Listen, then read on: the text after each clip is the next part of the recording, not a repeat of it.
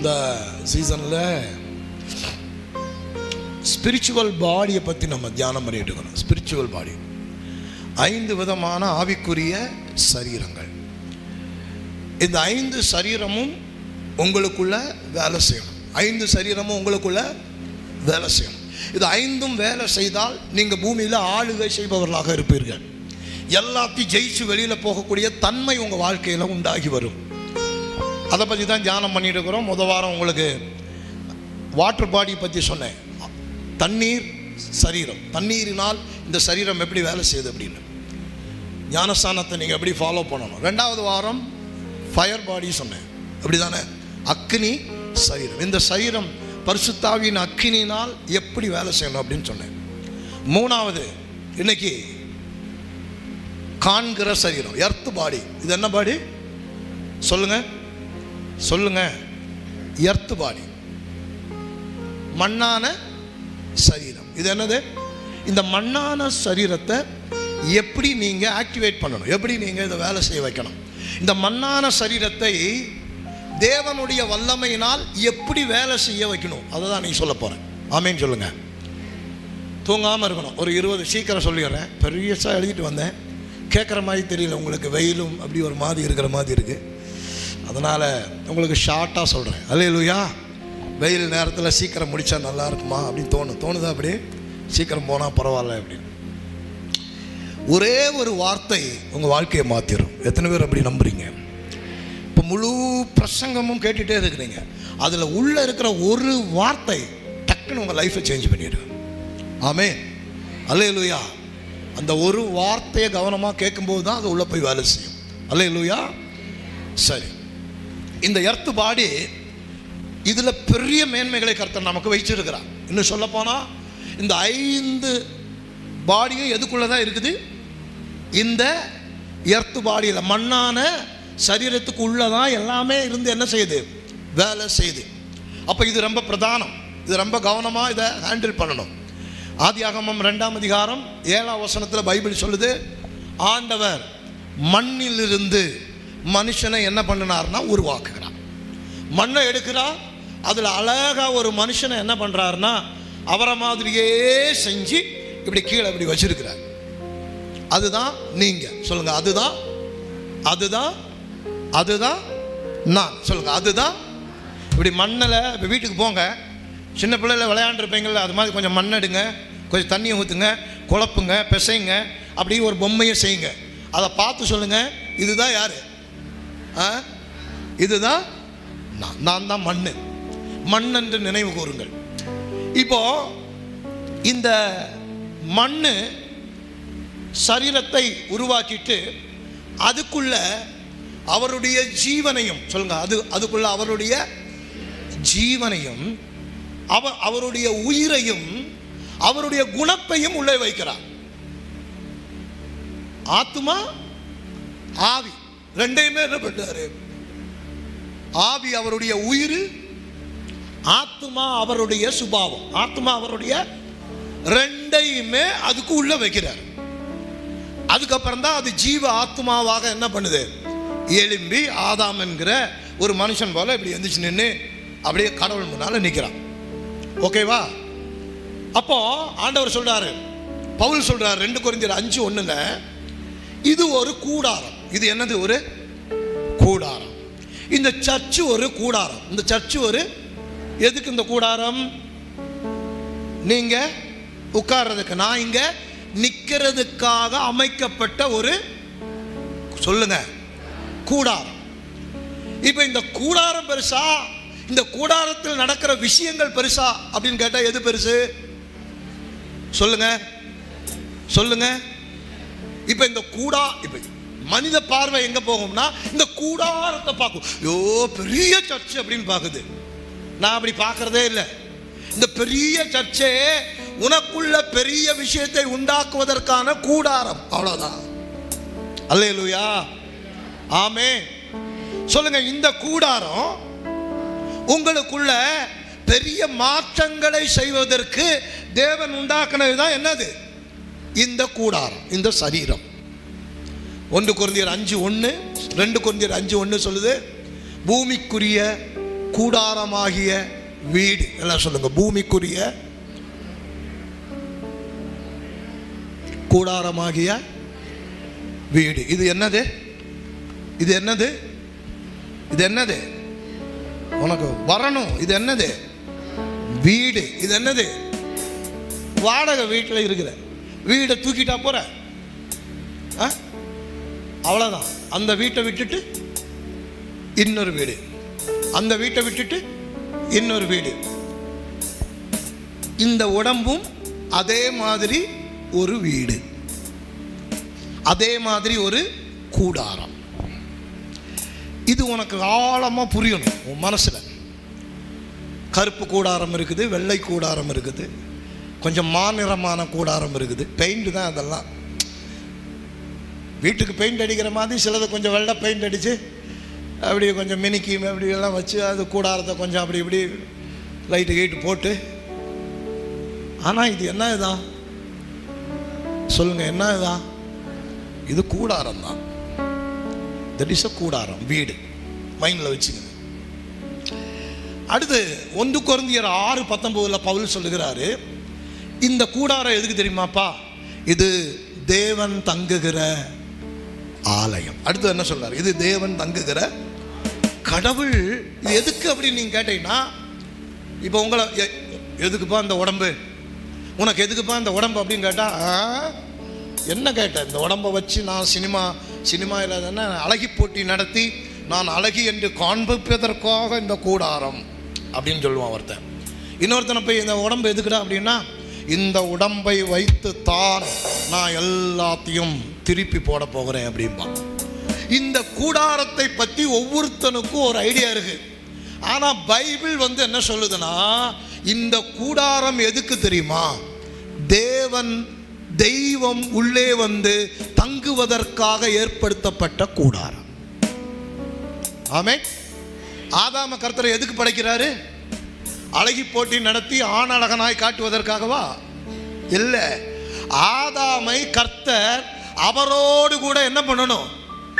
உறவாடணும். யாரு கூட? ஆண்டவரோட. பகலின் குளிர்ச்சியான வேளையில் இந்த கூடாரம் யாரோடு கூட உறவாடணும்? ஆண்டவராகிய இயேசுவோடு கூட பேசுவதற்கும் நடப்பதற்கும் சம்பாஷிப்பதற்கும் அமர்வதற்கும் புசிப்பதற்கும் இதுக்கெல்லாமாக செய்யப்பட்டதுதான் இந்த கூடாரம். அல்லேலூயா. பக்கத்தில் பார்த்து சொல்லுங்க, என்னங்க நைட்டெல்லாம் வேலைக்கு போயிட்டு வந்தேங்க, அப்புறம் காலையிலலாம் வேலை, விடிய வேலைங்க, அதை பண்ணணுங்க, இதை பண்ணணுங்க, இப்படி நிறுத்தினனுங்க, அப்படி நிறுத்தினனுங்க. இங்கே பாரு, இந்த கூடாரம் எதுக்கு தெரியுமா? தேவன் உன்னோடு கூட உறவாடுவதற்கு. இந்த கூடாரம் எதுக்கு? தேவன் உன்னோடு கூட உறவாடுவதற்கு. என்ன பிரச்சனைன்னா, இந்த கூடாரத்தையே மனுஷன் பயங்கரமா இதை போற்றி இதுக்கு முக்கியத்துவம் கொடுக்குறான் அப்படின்னு சொன்னா, இந்த கூடாரத்தில் நன்மையும் இருக்கிறது, தீமையும் இருக்கிறது. என்ன இருக்குது? நன்மையும் இருக்குது, தீமையும் இருக்கிறது. இந்த கூடாரத்தில் சில இன்பம் இருக்கிறது, சந்தோஷம் இருக்கிறது. ஆனா இதை எல்லாத்தையும் விட தேவனோடு இருக்கும்போது ஒரு பயங்கர மகிழ்ச்சியும் சந்தோஷமும் இருக்குது என்பதை மனுஷன் கண்டு உணர்ந்து அறியாததுனால இந்த கூடாரத்தில் கிடைக்கிற நன்மைகளை பெருசாக பார்க்குறேன். சாப்பிடணும். என்ன பண்ணணும்? சொல்லுங்க. சாப்பிடணும் அப்படிங்கிறான். உடைக்கிறான் பாரு, பானையை உடைக்கிறது, சட்டியை உடைக்கிறது, வெறி பிடிக்கிறது. பசியில் போய் என்ன கோதுமை தோசையை போட்டேன் அப்படிங்கிறது. என்னாடி இதெல்லாம் சாப்பாடா? நாய் திங்குமா? என்னன்னு சோத்தை கொண்டு வா, பிரியாணியை கொண்டு வா, அதை கொண்டு வா, இதை கொண்டு வா. என்ன சாப்பாடு இது? சாப்பிடணும். அது இன்பம். சாப்பிடும்போது இப்படி உள்ளே போகும்போது அவனுக்கு அப்படியே ஒரு சுகம் உள்ளே வருது பாரு. ருசி அப்படி அப்படி உள்ள இறங்கும் போது ஒரு இன்பம். ஆமாவா இல்லையா? எப்படி சாப்பிட்டேன்? நல்லா சாப்பிட்டேன், இன்னைக்கு செம்மையா இருந்துச்சு. அது அப்படியே உள்ள இறக்கும் போது ஒரு சுகம். கரெக்டா? அதனால் அவன் மனசு ஃபுல்லாக எதில் இருக்குது? சர்ச்சு முடியுதோ இல்லையோ, என் பையனுக்கு சோறு கொடுக்கணும், பிரியாணி சாப்பிடணும், கடையில் சாப்பிடணும், பசி, போலாம் பறக்கிற நீ, சோத்துக்கு பறக்கிற நீ.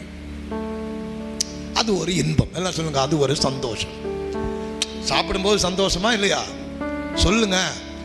சாப்பாடு பலன்றதை விட சாப்பிடும்போது சில பேருக்கு சந்தோஷமா இருக்கும். அதுதான் மெயின். அல்லேலூயா. நல்ல உணவை பார்த்துட்டாலே மனசுக்குள்ள ஒரு காப்பி ஆயிரும். அப்படி இலையில் அப்படி நீளமாக வச்சுட்டாலே ஒரு சந்தோஷம். சாப்பாடு ஒரு சந்தோஷம். இப்படி பல சந்தோஷம் இருக்குது உடம்புல, சரீர ரீதியான. இப்போ இந்த சந்தோஷத்தையே பெருசாக பார்த்துட்டதுனால பரிசுத்தாவியானவர் இந்த உடம்பு வழியாக செயல்படுகிற சந்தோஷம் அவனுக்கு பெருசாக என்ன செய்ய மாட்டேங்கன்னா தெரியல. சரீரத்தையே பிரதானமாக்கிட்டான். ஆண்டவர் சொல்றாரு, இல்லப்பா, இந்த சரீரமே தேவன் தங்குகிற, இந்த தேவன் தங்குறதுனால ஒரு சந்தோஷம் இருக்குதுப்பா உடம்புக்குள்ள. கடவுள் தங்குற இடத்துக்கும் கடவுள் இல்லாத இடத்துக்கும் ஒரு வித்தியாசம் இருக்குது. ஆமேன்னு சொல்லுங்க. அல்லேலூயா.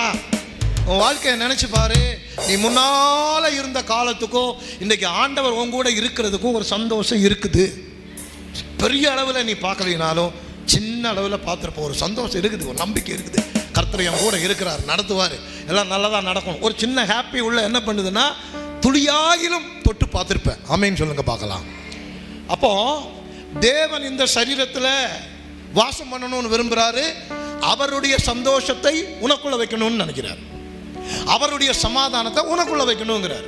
இப்போ நீங்கள் பெரிய மலை இடிஞ்சு கீழே விழுந்து 50 பேர் சாகுறான் அப்படி வச்சுங்க. இயேசுநாதர் பரலோகத்தில் ஐயோ செத்துட்டானுங்களேன்னு அழுகிறாருன்னு நினைக்கிறீங்களா? சொல்லுங்க. இப்போ நான் பேசிக்கிட்டு இருக்க இந்த நேரத்தில் ஒரு 5000 பேர் பறந்துருப்பான். இப்போ குழந்தை இருக்குதா? நான் பேசிக்கொண்டிருக்கிற இந்த நிமிஷத்தில் ஒரு 5000 பேர் செத்துட்டு இருப்பான். ஆமாவா இல்லையா? சொல்லுங்கோ. நடக்குதா? இப்போ ரெண்டுக்கும் கடவுள் முட்டு போட்டு அழுது துண்டை தலையில் போட்டு ஆண்டவர் துண்டை அப்படி போட்டு ஐயோ இவன் செத்துட்டானே இவன் அழுகிறாரா? கடவுள் அழுதுட்டா இருக்கிறாரு? இல்லை இல்லை இல்லை. நீ நினைக்கிற மாதிரி என்னதான் பாரு, நீ நினைக்கிறது எல்லாமே தப்பு. ஃபுல்லாக ராங் திங்கிங், ஃபுல்லாக மைண்ட் ஃபுல்லாக. இது ரெண்டுக்காகவும் கடவுள் அழுகிறது இல்லை. ஆமேன்னு சொல்லுங்க. அல்லேலூயா. ஆண்டவர் அதுக்காக அழுகிறது இல்லை. ஆண்டவருக்கு ஒரு திட்டம் இருக்குது. என்ன திட்டம் தெரியுமா? இந்த பூமியை உருவாக்கும் முன்னமே இதில் யாரை கொண்டு வரணும், யாரை வச்சு வேலை பார்க்கணும், அந்த வேலையை எந்தெந்த வருஷம் முடிக்கணும் அப்படின்னு அவர் திட்டம் பண்ணி வச்சிட்டார். 1ஆம் நூற்றாண்டு கிறிஸ்துவுக்கு பின்னால் சொல்கிறேன், 1ஆம் நூற்றாண்டு ஃபர்ஸ்ட் செஞ்சுரியில் அப்போஸ்தலனாகிய பவுல் இருக்கணும், அவன் ஊழியம் செய்யணும், இப்படி இருக்கணும்னு முடிவு பண்ணிட்டார். அப்புறம் அவன் செத்துருவான். அது அவருக்கு தெரியுமா தெரியாதா? தெரியும். இப்போ 20ஆம் நூற்றாண்டு நம்மெல்லாம் ரட்சிக்கப்பட்டு கடவுளுக்கு ஊழியம் செய்யணும், கடவுளோட வாழணும், கடவுளுக்கு தெரியுமா தெரியாதா? தெரியும். நீ தான் பதற பரபரன்னு. பரலோகமோ தேவதூதர்களோ யாரும் பரபரப்பாகிறதே சொல்லுங்க வாய் திறந்து. பரபரப்பே ஆகிறது இல்லை. நீ தான் பரபரப்பாகிற. மொத்த பரபரப்பும் உனக்கு தான். ஏன்னா நீ ஏன் பிறந்தேனே தெரியல. நீ பிறந்ததே எதுக்கு? காலில் எழுந்துக்கணும், கடைக்கு போகணும், மார்க்கெட்டுக்கு போகணும், வாங்கணும், வியாபாரத்தை பண்ணணும், விற்கணும், இன்னைக்கு தோ இவ்வளோ காசை பிடிக்கணும். இங்கே பாரு, வா இரு, எல்லாம் தேவைதான். அதுக்காக உன்னை படிக்கலை. அதுக்காக உன்னை படைத்ததனுடைய நோக்கம் தேவன் உனக்குள் வாசம் பண்ணி அவரும் நீயும் நல்லா உறவாடணும். இதுதான் தேவனுடைய நோக்கம். எத்தனை வருஷங்க? ஒரு நாள்னா ஒரு நாள், ஒரு வருஷம்னா ஒரு வருஷம், 50 வருஷம்னா 50 வருஷம், 40 வருஷம்னா 40 வருஷம். உனக்கு கொடுக்கப்பட்ட காலம் வரைக்கும் அதை சிறப்பாக செஞ்சுட்டு போகிறதுக்கு தான் கர்த்தர் ஒன்று உருவாக்கியிருக்கிறார். உனக்கு எங்கே போயிடுச்சு? நான் வேலை செய்யணும், சம்பாதிக்கணும், கல்யாணம் பண்ணணும், எக்ஸட்ரா இதெல்லாம் பண்ணின்னு பரபரப்பாகிற. பரலோகத்துக்கு ஒரு பரபரப்பும் இல்லை. எல்லாமே முன்னமே தீர்மானிக்கப்பட்டிருக்கிறது. அப்போஸ்தலர் நடவடிக்கைகளை சொல்லுகிறார், முன் தீர்மானிக்கப்பட்ட காலங்களையும் 17ஆம் அதிகாரத்தில் சொல்றார். அவர் பூமி எங்கும் மனுஷர்களை வெவ்வேறு கலரில் படைச்சு வெவ்வேறு உருவங்களாக மாற்றி அவனுக்குள்ள ஒரே இரத்தத்தை வச்சு முன் தீர்மானிக்கப்பட்ட காலங்களில் அவனை குடியமர்த்துகிறார். அல்லேலூயா. பக்கத்தில் பார்த்து சொல்லுங்க, பரபரப்பே ஆகாதன்னு சொல்லுங்க. நல்லா சொல்லுங்க, பரபரப்பாகாத, சும்மா பரபரப்பாகாத. அவர் இருக்கிறவராகவே இருக்கிறார். அல்லேலூயா. அப்ப எதுக்கு ஒன்ன படைச்சார் அப்படின்னு சொன்னா ஒண்ணுதான், உங்கூட அவர் உறவாடணும். ஆமே ஆமே ஆமே. சரி, யோபு சொல்றான், என்னை, யோபு 10ஆம் அதிகாரம் 9ஆம் வசனத்தில் சொல்றான், என்னை களிமண்ணை போல உருவாக்கினீர் ஆண்டவர். டக்குன்னு அவனுக்கு புரிஞ்சிருச்சு. யோபு யாரு? யோபு யாரு? சாதாரணமான ஆளா? எப்படிப்பட்டவர்?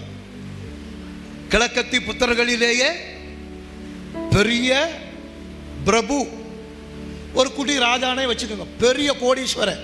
அவன் சொல்றான் ஆண்டவரை பார்த்து, களிமண் போல என்னை உருவாக்கினீர் என்பதையும் என்னை திரும்பவும் தூளாக பண்ணுவீர் என்பதையும் நினைத்தருளும். அப்படின்னா அவனுக்கு புரிஞ்சிருச்சு, நான் எப்படி இருந்தாலும் நான் யார் தான்? களிமண் தான். எப்படி இருந்தாலும் நான் என்னதான் ஆகுவேன்? சொல்லுங்க சொல்லுங்க, வாய் திறந்து. எப்படி இருந்தாலும் நீங்க என்னதான் ஆக போறீங்க? எப்படி இருந்தாலும் நீ மண்ணாக தான் போற. மண்ணான மனுஷன் மறுபடியும் எங்க தான் திரும்புவான்? மண்ணிலிருந்து எடுக்கப்பட்டவன் மறுபடியும் எங்க தான் திரும்புவான்? மண்ணுக்கு தான் திரும்புவான். இதை எழுதிரு. அப்படியே லிப்டிக் அடிக்கும்போது, அப்படியே மேக்கப் எல்லாம் பண்ணி இப்படி கண்ணாடியில் பார்க்கும்போது பார்த்துட்டு சொல்லணும், ஹே சி மண்ணே, எங்க போக போற? எங்க போற? நீ என்ன கையை தூக்குனாலும் காலை தூக்குனாலும் வளைச்சாலும் பிடிச்சாலும் எங்க தான் போற? நீ மண்ணுக்கு தான் போற, நீ மண்ணு தான் அப்படின்னு உனக்கே நீ சொல்லிக்கிட்டே இருக்கணும். இதுதான் பைபிள் சொல்லுகிற உண்மை. அல்லேலூயா. ஆமே. அப்போ இந்த நெஞ்சை நிறுத்துறது, நான் யார் தெரியுமா, கௌரவம், கெத்து, இந்த ஜாதி பெருமை, அது இது இதெல்லாம் உள்ள வரும்போது டக்குன்னு கண்ணாடியை பார்த்து இந்த வசனத்தை சொல்லிடுறோம், களிமண்ணை போல என்னை. நல்ல மண்ணு கூட இல்லை, என்ன மண்ணு? சொல்லுங்க வாய் திறந்து. நீ நல்ல மண்ணா இருந்தா கூட பரவாயில்ல, என்ன மண்ணு? உள்ளதிலே மட்டமான களிமண்ணு. மைண்ட்ல வந்துட்டே இருக்கணும், அடிக்கடி வரணும், டெய்லி வரணும். நான் களிமண்ணு, நான் ஒன்றும் இல்லை. டக்குன்னு மூச்சு போச்சுன்னா தூக்கி கொண்டு போயிட்டு தாங்கன்னா பாதி, அதுவும் 8 அடி தோண்ட மாட்டானுங்க, பாறையாக இருக்குது, 3 அடி தான் தோண்டி 3 அடியிலே மூடிடுவானுங்க. அவ்வளோதான்.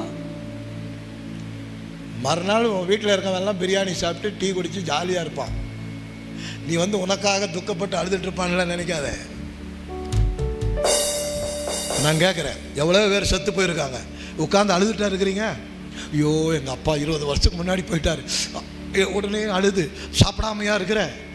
எப்போ கொண்டு போய் போடுவானுங்க? போகலாம், வயிறு பசிக்கிறாரே, கூட்டிகிட்டு போங்க சாப்பாட்டுக்கு. இதுதான் நிதர்சனமான உண்மை.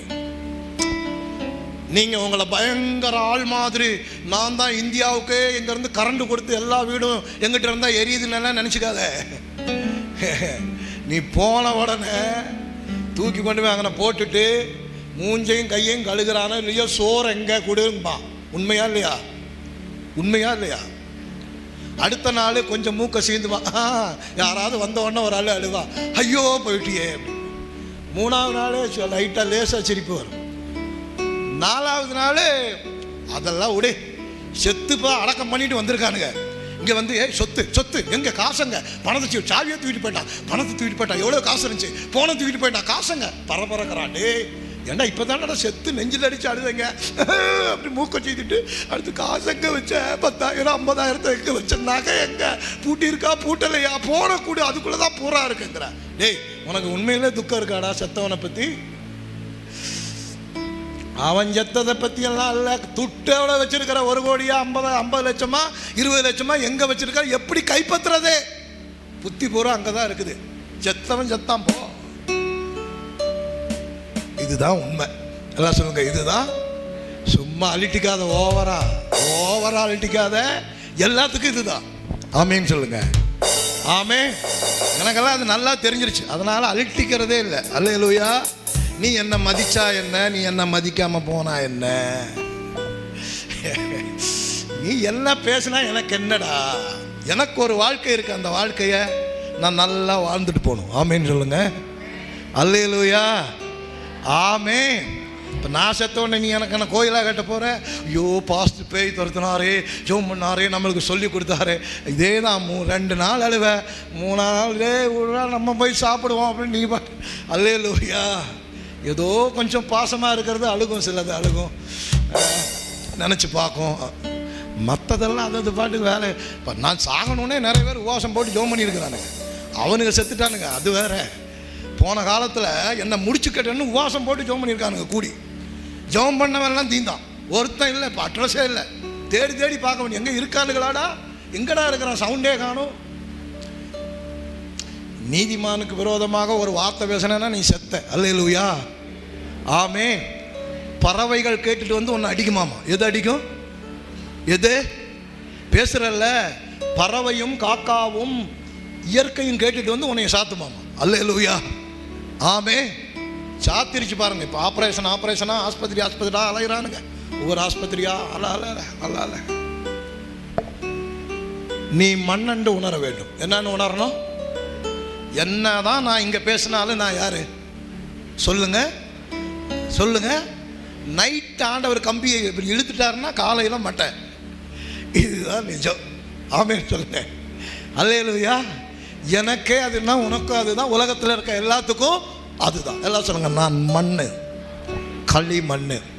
ஒரு பிரபு யோபு, ஒரு பெரிய பிரபு என்ன சொல்றானா, ஆண்டவரே நான் களிமண் என்று நீர் நினைத்து கொள்ளும், மறுபடியும் என்ன ஆகிவிடுவேன் பூமியில, தூளாயிருவாப்பா. ஏதோ ஆடை கொடுத்தீங்க, மாடை கொடுத்தீங்க, கோழியை கொடுத்தீங்க, எல்லாம் ஓகே தான், வாழ்ற வரைக்கும் வாழ்ந்துட்டு போறேன். ஆனா நான் யாரு?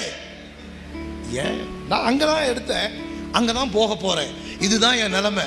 நெஞ்செல்லாம் நிமித்த சொல்லு. இப்படி நிமித்தும் பொழுதே அடங்கிடணும். நம்ம யாரு? களிமண்ணே, தூளாக போகிறோம். அப்புறம் ப்ராஃபட் ஏசாயா, பெரிய தீர்க்கதரிசி, இயேசுவையே பார்த்தவன், இயேசுடைய காலத்தையே கணிச்சவன், எழுதினவன். அவனும் சொல்றான் 64ஆம் அதிகாரம் 8ஆம் வசனத்துல, ஆண்டவரே நாங்கள் களிமண் என்று எங்களை நினைவு கூர்ந்தார்கள். நாங்கள் களிமண்ணுப்பா, நீர் எங்களை களிமண், நாங்கள் களிமண், நீர் எங்களை உருவாக்குகிறவர், நாங்கள் அனைவரும் உமது கரத்தின்.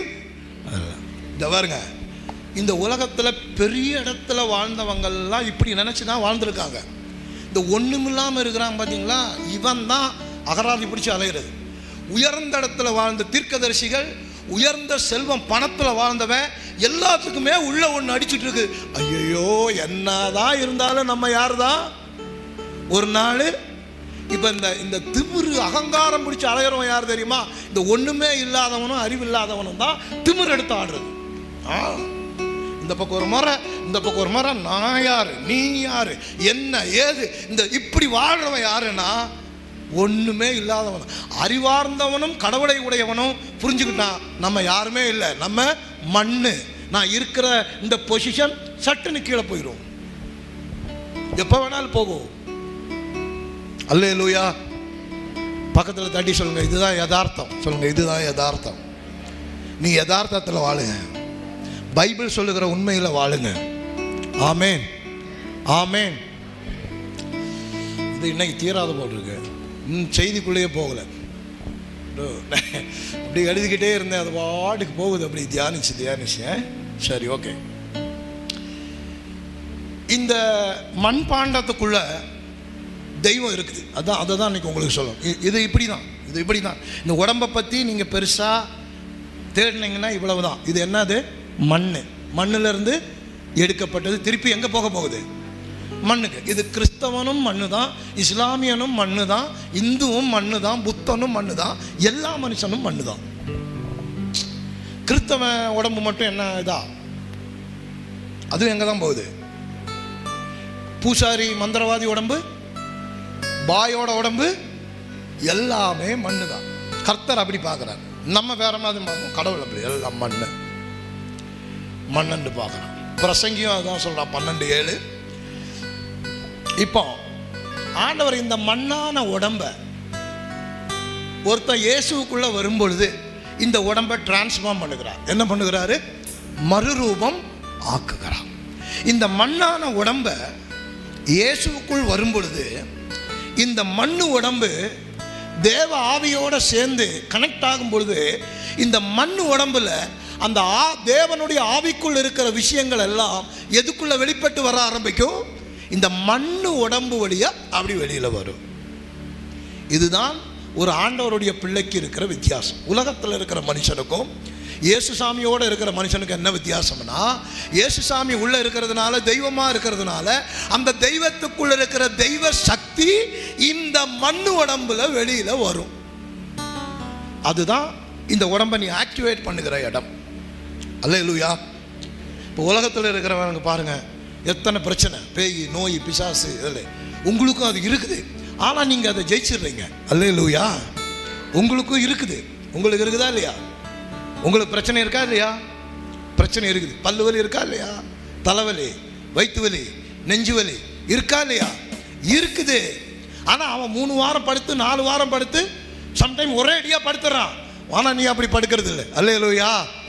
கர்த்தர் என்ன பண்றாருன்னா, உள்ள இருக்கிற அந்த ஆவியில் இருக்கிற ஜீவனை இந்த சரீரத்தில் கொண்டு வந்து இந்த மண்ணான சரீரத்தை அவர் உயிர்ப்பிக்கிறார், பலப்படுத்துகிறார். ஆமீன் சொல்லுங்க பார்க்கலாம்.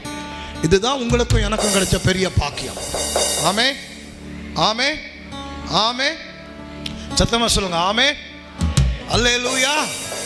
ஆபரேஷன்கள் கேன்சல் ஆகுது. அல்லேலூயா சொல்லுங்க பாப்போம். நோய் மாறுது. ஆமே, அல்லேலூயா. இந்த சரீரத்தில் வேதனை குறையுது. ஆமே.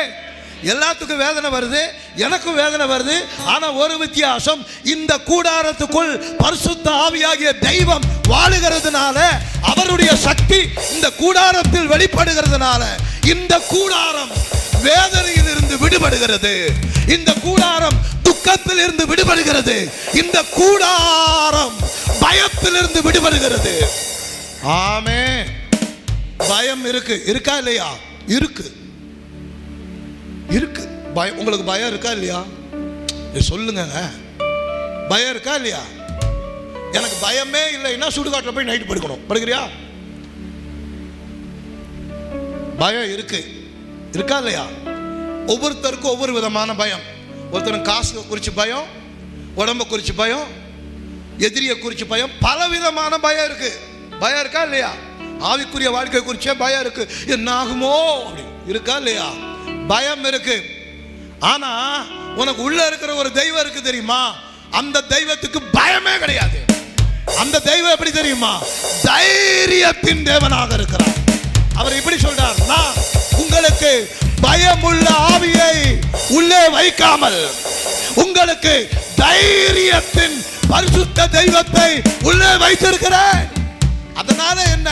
அதனால சின்ன சின்ன பிரச்சனைக்கெல்லாம் உலகம் பயந்து தூக்கம் இல்லாம தத்தளிக்கும் பொழுது உனக்குள்ள இருக்கிற தைரியத்தின் தெய்வம் இந்த சரீரத்துக்குள்ள, இந்த மூளைக்குள்ள, இந்த மைண்டுக்குள்ள எழுப்பி வந்து உன்னை தைரியமாக்கி விடுவார்.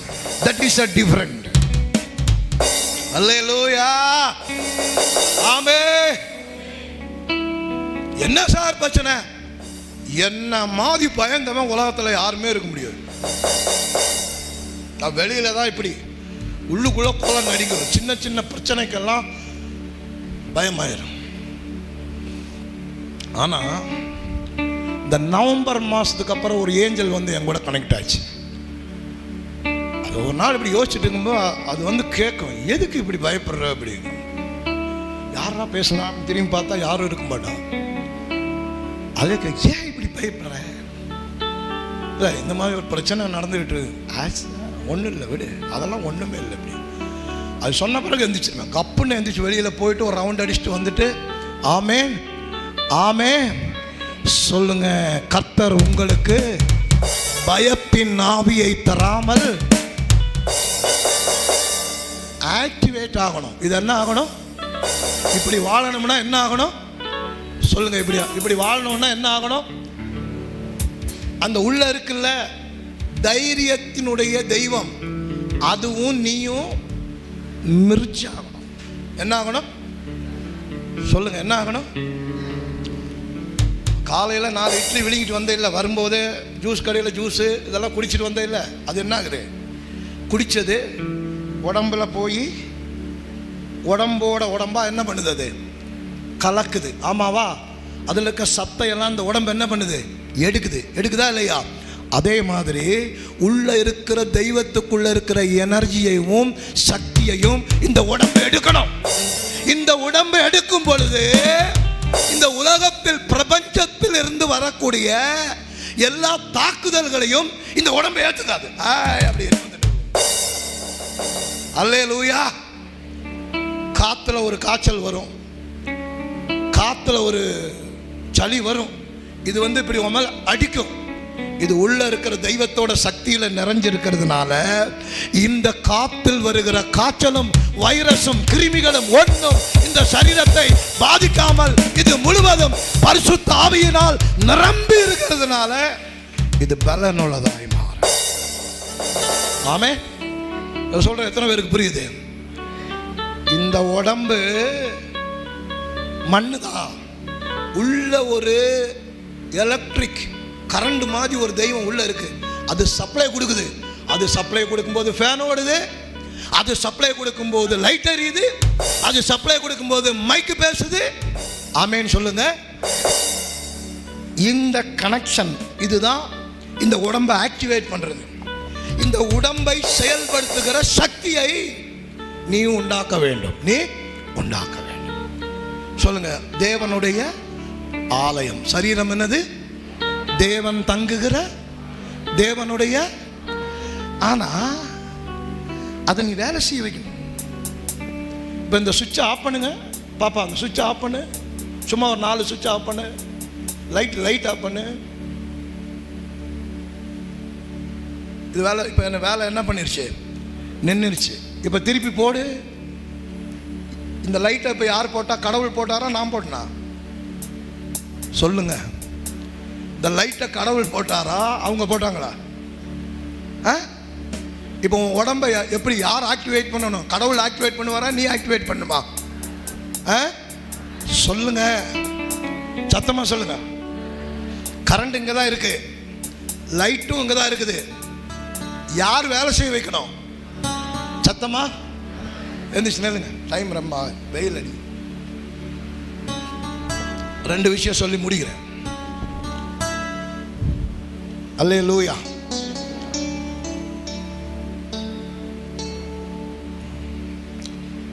ரோமர் 4ஆம் அதிகாரம் 19ஆம் வசனம் வாசி.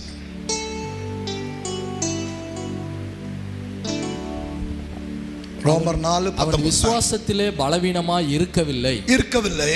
அவன் ஏறக்குறைய 100 வயதுள்ளவனாய் இருக்கும்போது 100 வயதுள்ளவனாய் இருக்கும் பொழுது தன் சரீரம் செத்து போனதையும் சொல்லுங்க. சரீரம் செத்து போனதையும் சொல்லுங்க. சரீரம் செத்து போனது.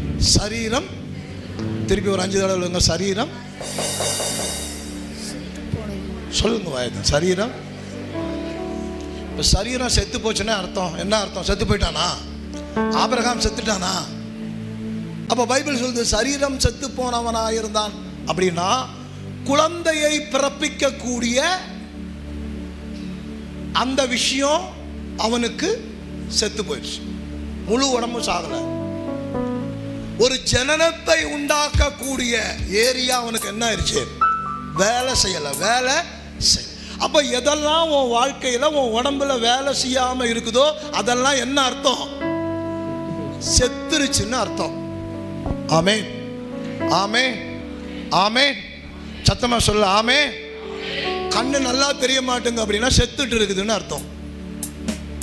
மங்கிட்டு இருக்குது. கால் நல்லா வேலை செய்யல அப்படின்னா அங்க ஏதோ செத்துட்டு இருக்குதுன்னு அர்த்தம். அல்லேலூயா. வயிறு வலிச்சுட்டே இருக்குது, உள்ள ஏதோ செத்துட்டு இருக்குது. எல்லாம் எங்கேயோ ஒரு ஏரியாவில் வேலை செய்ய முடியாம என்ன ஆயிடுச்சு? அது படுத்துருச்சு. அதுக்கு தான் டெத்து. உன் வாழ்க்கையில எதெல்லாம் செயல்படாமல் இருக்கிறதோ அதெல்லாம் என்ன ஆகி கிடக்குது? சொல்லுங்க, செத்துருச்சு. ஆபிரகாமை பார்த்து பைபிள் சொல்லுது சரீரம் செத்தவனாயிருந்தான், வயசாகி போச்சு. ஆனாலும் சாராளுடைய கர்ப்பம் செத்து போச்சு. ஆனாலும் அவர்கள் செத்து போச்சு அப்படின்னு நம்பல, என்னல. எப்படி ஆக்டிவேஷன் பண்ணுவேன்? உங்க உடம்பையும் உள்ள இருக்க தெய்வத்தையும் மிர்ஜ் பண்ணணும். என்ன பண்ணணும்? மிர்ஜ் பண்ணணும். மிர்ஜ் பண்றதுன்னா என்ன? ஒன்னோட ஒன்னா இப்படி சேர்க்கிறது. எப்படி சேர்ப்பீங்க? எப்படி சேர்ப்பீங்க? இந்த சரீரம் ஆக்டிவேஷன் ஆகணும், தெய்வீகமாக வேலை செய்யணும்னா உள்ள இருக்கிற தெய்வத்தையும் இந்த உடம்பையும் மிர்ஜ் பண்ணணும். இது மிர்ஜ் இப்படி இருந்தா ரெண்டும் இப்படி தான் இருக்கும். சுவிட்சை போட்டா எரியுது, போடலைன்னா கரண்ட் இருந்தும் பல்ப் இருந்தும் ஃபேன் இருந்தும் என்ன செய்ய மாட்டேங்க, போடா. இது ரெண்டையும் மிர்ஜ் பண்ணணும். பக்கத்தில் பக்கத்து எப்படிங்க மிர்ஜ் பண்றது? அப்படி முகத்தை பார்த்துட்டுங்களேங்க, மெர்ஜ் பண்றதுன்னா எப்படிங்க? ஒன்னா சேர்க்கறதுன்னா எப்படிங்க? பைபிள் சொல்லுது, ஃபர்ஸ்ட் விசுவாசம். என்னது சொல்லுங்க? விசுவாசம். விசுவாசம் என்ன பண்ணும்னா உன்னையும் தேவனுடைய ஆவியையும் என்ன பண்ணும்? ஒன்னா சேர்க்க. அப்படியே அவனுக்கு எப்படி குழந்தை பிறந்துச்சு? எண்ணாது இருந்தான். கர்த்தர் சொல்லிட்டார், உனக்கு குழந்தை பிறப்புன்னு சொல்லிட்டார். உண்மையில் சாராளுக்கு கர்ப்ப பையே இல்லை. என்ன இல்லை சொல்லுங்க? என்ன இல்லை? அது எப்படி நம்பணும் பாருங்க. கர்ப்ப பையே இல்லாத ஒரு ஸ்திரீ தனக்கு தெய்வம் குழந்தை பிறக்கும்னு சொல்லிட்டதுனால குழந்தை பிறக்கும் என்று நம்பினாள். எப்படி நம்பிங்க? நீ எதுக்கு நம்புற? சின்ன சின்ன விஷயத்துக்கே பதட்டம். எப்படி நம்ப முடிகிறது? சரி, நம்மளுக்கு எப்படி பிராக்டிக்கலாக எப்படி நம்ப? ஒரு விஷயம், பெரிய விஷயம், 10,000 ரூபா கிடைக்கும்னா நம்பலாம். 10 லட்சம் கிடைக்கும்னா அது எப்படி நம்புறது? அது எப்படி நம்புறது? குழந்தை பிறக்கும் எப்படி நம்புறது? எப்படி நம்புறது? எப்படி நம்புறதுன்னா, அப்ரஹாமோடு ஆண்டவர் அப்பப்ப பேசி இருக்கிறார். அதுக்கு முன்னால நான் காண்பிக்கும் தேசத்துக்கு புறப்பட்டு போனோன்னு புறப்பட்டு வந்தான். நான் உன்னை பெரிய ஜாதி ஆக்குவேன்னு சொன்னார். அவனை கொஞ்சம் கொஞ்சமா பொருளாதாரத்தில் உயர்த்தி ஒரு சீமானாக மாத்தினான், உயர்த்தினான். இதெல்லாம் அவன் பார்த்துட்டே வர்றான். பார்த்துட்டே வந்ததுனால அவன் நம்புறான், கர்த்தர் இவ்வளவு நாள் எனக்கு சொன்னதெல்லாம் செஞ்சாரு, கண்டிப்பா இப்ப சொன்னதையும் எனக்கு செய்வார். அல்லேலூயா. நான் உனக்கு ஞாபகப்படுத்துறேன், இந்த சர்ச்சுக்கு வரும்போது சாதாரணமாக தானே வந்தேன், ஒன்றும் இல்லாமல் தானே வந்தேன், பேய் பிசாசு பிடிச்சி தானே வந்தேன், நோயோடு தானே வந்தேன், அழிவின் விளிம்பில் இருந்து தானே வந்தேன். கர்த்தர் அங்கேருந்து உன்னை கொஞ்சம் கொஞ்சமாக தூக்குனாரா இல்லையா? நடத்தினாரா இல்லையா? நீ நம்பணும், கர்த்தர் அன்றைக்கு செய்தவர் இப்பொழுது என் மேல் சொன்ன வாக்குத்தத்தம், இப்பொழுது என் மேல சொன்ன வாக்குத்தத்தம், சொன்னது எல்லாத்தையும் எனக்கு அவர் செய்வார் அப்படின்னு நம்பும் போது தேவனோடு கூட மெர்ஜாகிற. அல்லேலூயா, அல்லேலூயா. சத்தமா சொல்லுங்க, அல்லேலூயா. ஆமென், ஆமென். ஒண்ணு. ரெண்டாவது, காலையில சொன்ன பாத்தீங்களா, தேவன் இதெல்லாம் விசுவாசத்துல தான் வருது. தேவன் வசனமா இருக்கிறார் என்று நீ நம்ப வேண்டும். ஃபர்ஸ்ட் தெய்வம் யாராக இருக்கிறார்? வசனம். அப்ப என்ன பண்ணணும்? உனக்கு என்னென்ன நடக்க வேண்டுமோ, சம்பவிக்க வேண்டுமோ, அதையெல்லாம் நீ வாயில என்ன பண்ணணும்? சொல்லுங்க. இப்படியே நினைனா வேலை செய்யாது ராஜா. டெய்லியும் வசனத்தை வாயை திறந்து என்ன பண்ணணும்? சொல்லணும், தியானிக்கணும், சொல்லணும், தியானிக்கணும். நீ சண்டை போடுறதுல, வாய் பேசுறத பெரிய ஆளா இருந்தீங்கன்னா இருந்துக்கோ, ஆவிக்குரிய உலகத்துல அது வேலை செய்யாது. ஆமென், ஆமென்.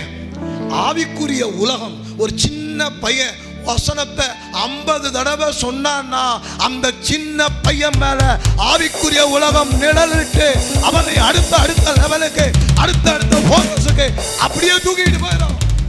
சின்னவன் பெரியவன் கருப்பு சிகப்பெல்லாம் இல்லை. இங்க எவன் வேலை செய்யறானோ அவன் மேல அந்த ஸ்பிரிட் மிர்ஜாக ஆரம்பிச்சிடும். ஆமென், ஆமென், ஆமென். நீ அதெல்லாம் பண்ணாத. நீ காலையில் எந்திரிச்சோன்னா தடவு, போன தடவு, இங்க தடவு, அங்க தடவு. அக்கா நல்லா இருக்கீங்களா அக்கா? அப்படி போ, வீடு வீடா போ, வீதி வீதியா போ, போன போடு, பேசு, எல்லாம் பண்ணிக்கிட்டே இரு. என்ன மிர்ஜாகும்? கூட டிமோனிக்கல் ரணம் மிர்ஜாகும். பிசாசின் ரளம் மண்டலம் உங்க கூட கொஞ்சம் கொஞ்சமா கனெக்ட் ஆக ஆரம்பிச்சு. இப்ப நான் சொல்லட்டா, இதுல நிக்கிறதுல 70% பேரோட டிமோனிக்கல் ரளம் தான் கனெக்ட் ஆயிருக்கு. கோவிச்சுக்காத, அதான் உண்மை. உன் கூட பரலோகம் கனெக்ட் ஆகிருந்தா உன் பேச்சு வேற மாதிரி இருக்கும், உன் செயல் வேற மாதிரி இருக்கும், உன்னுடைய வெளிப்பாடுகள் வேற மாதிரி இருக்கும். இல்ல நீ படி இறங்கின உடனே உனக்கு வேற உலகத்துக்குள்ள தானே போற, நீ அந்த உலகத்தோட தான் கனெக்ட் ஆகிருக்கிற. இருக்கிற இங்க நேரம் தான் இப்படி எல்லாம் பண்றது. படி இறங்கின உடனே உன் புத்தி எல்லாம் மாறிடுது இல்லை. நீ கனெக்ட் ஆகிருக்கிற நிலமே வேற, மண்டலமே வேற. கையை வைத்து ஃபர்ஸ்ட் சொல்லு, இயேசுவே என்னை உமது ஆவிக்குரிய மண்டலத்தோடு இணைத்து விடும் ஆண்டவரே.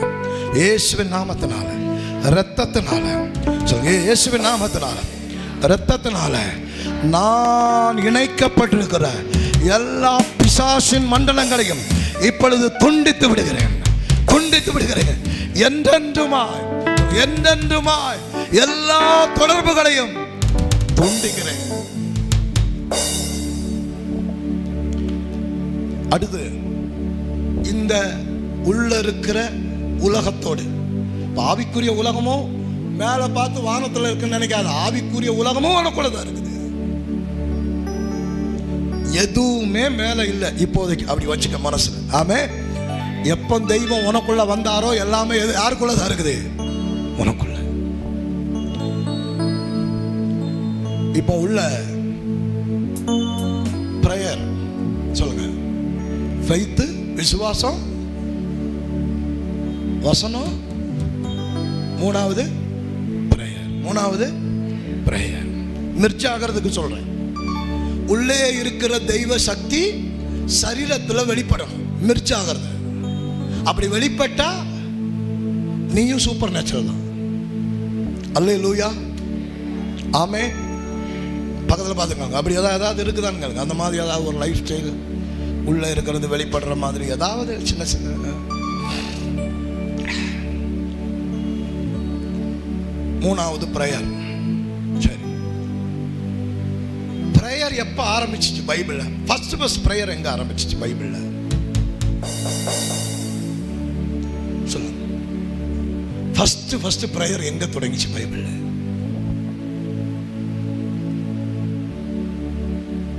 யார் பண்ணா பிரேயர்? இயேசு.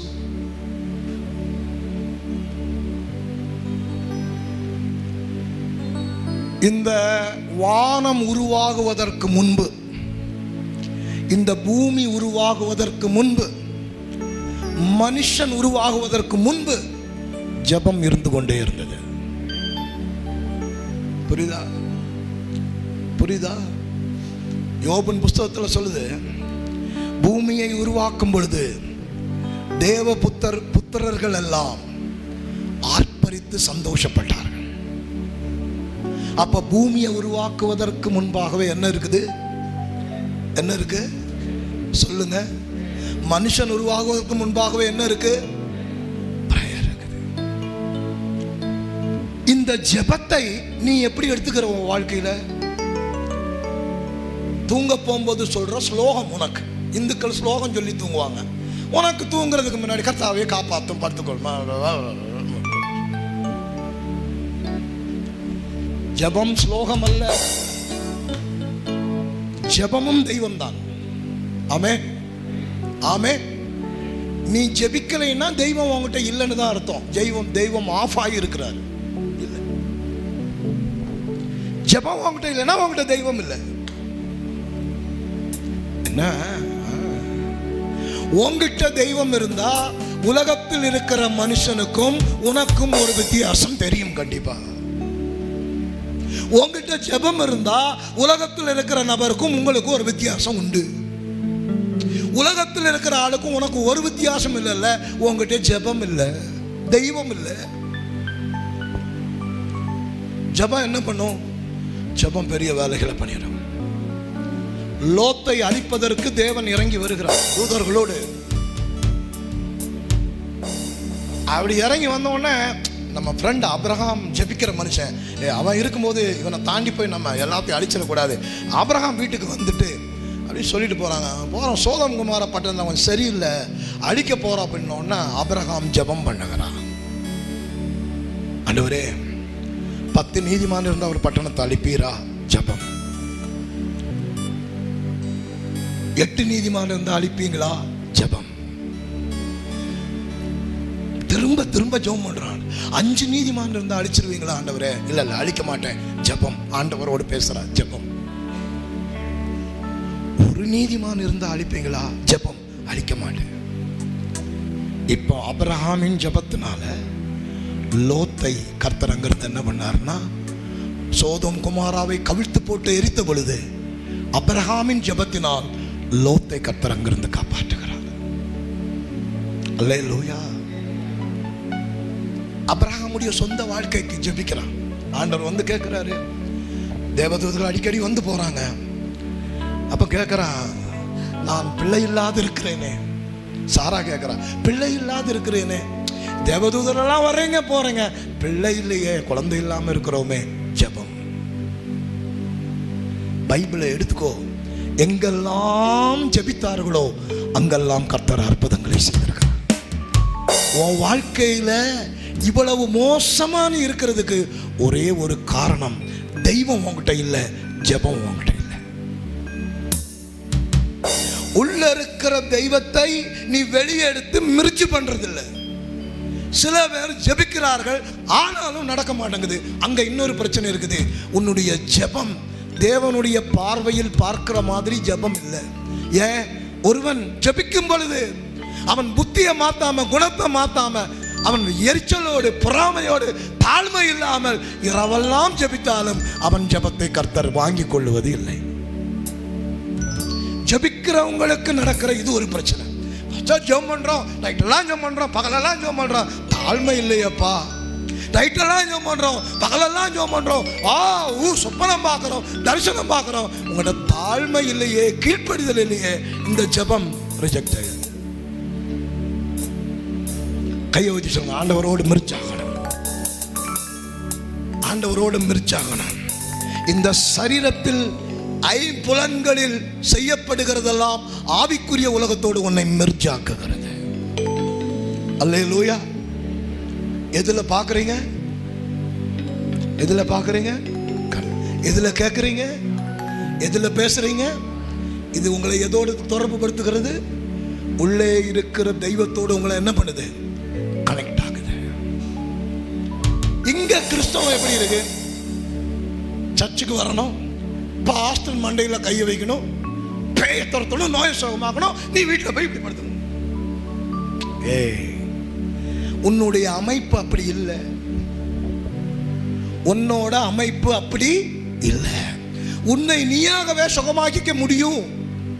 உன்னுடைய பொருளாதாரத்தை நீயே கட்டிக்கொள்ள முடியும். உன் சரீரத்தை நீயே பலப்படுத்திக் கொள்ள முடியும். உன் சகோதரனுடைய பிரச்சனையை நீ தீர்க்க முடியும். எப்போ? உன்னுடைய சரீரமும் உள்ள இருக்கிற தெய்வமும் ஆவியானவரும் என்ன ஆகணும்? மெர்ஜாகணும். இது மெர்ஜாகும் போது இந்த சரீரத்திலிருந்து வல்லமை புறப்பட்டு வரும். ஒரு அல்லேலூயா. எத்தனை பேருக்கு புரிஞ்சிருச்சு? சொல்லுங்க, எத்தனை பேருக்கு புரிஞ்சுது? புரிஞ்சுதா? இல்ல அப்படியே செய்தி கேட்டுட்டு இருக்கிறீங்களா? ஒரே ஒரு வசனம் முடிக்கிறேன். 2 ராஜாக்கள் 13ஆம் அதிகாரம் 21ஆம் வசனம். 2 ராஜாக்கள் 13:21. அப்பொழுது அவர்கள் ஒரு மனுஷனை அடக்கம் பண்ண போகையில் அந்த தண்டை கண்டு அந்த மனுஷனை எலியாவின் கல்லறையில் போட்டார்கள். அந்த மனுஷன் பிரேதம் அதிலே விழுந்து எலிசாவின் எலும்புகள் மேல் பட்டபோது அந்த மனுஷன் உயிரடைந்து தன் கால்களை ஊன்றி எழுந்திருந்தான். அல்லேலூயா, அல்லேலூயா. கையை வச்சு சொல்லுங்க, அல்லேலூயா. கவனமா 2 நிமிஷம் மட்டும் இதை கவனமா கேளுங்க. எலிசா செத்து போய் ஒரு கல்லறையில் அடக்கம் பண்ணிட்டாங்க. வருஷங்கள் ஆயிடுச்சு. ஒரு நாள் இஸ்ரவேலர்கள் இன்னொருத்தர் செத்து போயிட்டாங்க, அடக்கம் பண்றதுக்கு அந்த வழியா பாடியை தூக்கிட்டு போறாங்க. இப்படி தூரத்தில் பார்க்கும்போது மோவாப்பியர்கள் எதிரி நாடு இஸ்ரவேல் தேசத்தை படையெடுக்கும்படி தூரத்தில் வந்துட்டு இருக்காங்க. பார்த்துட்டானுங்க. அவன் பார்த்தான், இவனை அடக்கம் பண்ணி கல்லெல்லாம் வச்சு மூடிட்டு போறதுக்கு நாம நின்னோம்னா மோவாப்பியர்கள் வந்து நம்மளை என்ன பண்ணிடுவானுங்க, உள்ள வச்சு நம்மளை அடக்கம் பண்ணிடுவானுங்க அப்படின்னு முடிவு பண்ணி அவன் வச்சிருந்த தோளில் வச்சிருந்த டெட் பாடியை தூக்கி ஒரு கல்லறை திறந்து கிடக்கு. அது ரொம்ப வருஷம் ஆகி போச்சு செத்து. அந்த உடம்பெல்லாம் அழுகி மண்ணோடு மண்ணா போயிருச்சு. உள்ள எலும்பு மட்டும் காஞ்சு உள்ள கிடக்குது. எலிசாவோட எலும்பு. அது யாரோட எலும்புன்னு அவனுக்கு தெரியல. ஆனால் பைபிள் சொல்லுது எலிசாவோட கல்லறை, அவனை வைத்திருந்த இடம். இவன் உயிர் தப்ப ஓட போகும்போது செத்த பணத்துக்கு என்னடா நம்மளே சாக போறோம், இவனை சுமந்துட்டு தூக்குடா வீசுடான்னு சொல்லி ஒரு வீசினான் பாரு. போய் விழுந்த இடம் எலியாவின் செத்து போன எலும்புகள் மேல. அடுத்த செகண்ட் அங்க ஒரு சம்பவம் நடக்கிறது. அதான் சொன்னேன், உள்ள இருக்கிற தெய்வம் சரீரத்தோடு என்ன ஆகணும், மெர்ஜ் ஆகணும். எலிசா வாழ்ந்து கொண்டிருந்த காலத்துல எலிசாவுக்குள் இருந்த ஆவியானவர் அவனுடைய சரீரத்தோடு மெர்ஜானதுனால எலிசா எக்கச்சக்கமான அற்புதங்களை செய்திருக்கிறான். செத்து போனவன் உயிரோடு எழுப்பி இருக்கிறான், தண்ணீரை மாத்தி இருக்கிறான், நல்ல தண்ணியா கோடாலிய மேல கொண்டு வந்திருக்கிறான், தண்ணியை அடிச்ச உடனே ரெண்டா பழக்குது. இப்படி பல அற்புதங்கள் எலிசாவின் சரீரத்தின் வழியாக செய்யப்பட்டிருக்கிறது பைபிள்ல. இந்த அபிஷேகம் யாருக்குள்ளதான் கிடக்குது? இந்த சரீரத்துல ஆவியிலிருந்து வந்த அபிஷேகம் யாருக்குள்ளதான் கிடக்குது? செத்து போன உடம்புக்குள்ள கூட இந்த அபிஷேகம் மண்ணை விட்டு போகல. ஆமே ஆமே. நான் சொல்றேன், ஆவியில் இருக்கிற தெய்வ சக்தியை வல்லமையை உறிஞ்சி எடுக்கிறது உன்னுடைய சரீரம். இந்த சரீரத்தை வைத்து அபிஷேகத்தில் நிரப்பப்பட்ட இந்த சரீரம் ஒரு ஆளை தொடும் பொழுது, ஒரு ஆளுக்கு வார்த்தை சொல்லும் பொழுது இந்த அபிஷேகம் வெளிப்பட்டு அவனை உயிருடையவனாக மாற்றுகிறது. எலும்பு தூக்கி வீசிட்டானுங்க, பாடியை தூக்கி வீசிட்டான். பாடி எலும்பு மேல படுகிறது. அடுத்த செகண்ட் இவன் முன்னால போட்டுட்டு ஓடுறானுங்க. பின்னால அடக்கம் பண்ண கொண்டு போனவனும் உயிரோடு கூட எலும்பி இவனுக்கு பின்னால ஓடி ஊருக்கு போயிட்டான். ஆமே.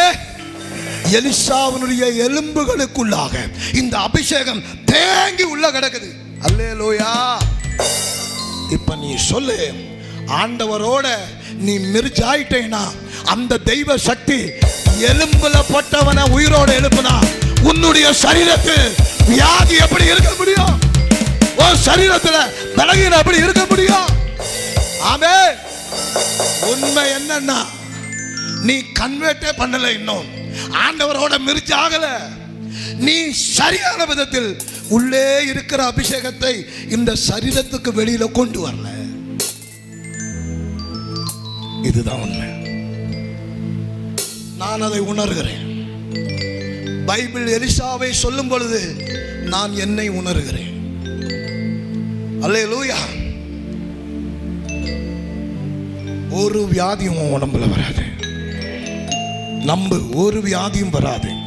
நீ கரெக்டா கர்த்தருடைய வசனத்தை வாசிச்சு ஜெபம் பண்ணி அந்நிய பாஷை பேசி ஜெபத்துல இருந்து வசனத்தை சொல்லி நீ உள்ள இருக்கிற அபிஷேகத்தை உடம்புல கொண்டு வந்தீங்கன்னா, நான் சொல்லுகிறேன், சாவுக்கு ஏதுவான ஒன்றும் இந்த சரீரத்தை தொட்டால் அது இந்த சரீரத்துல வேலை செய்யாதே.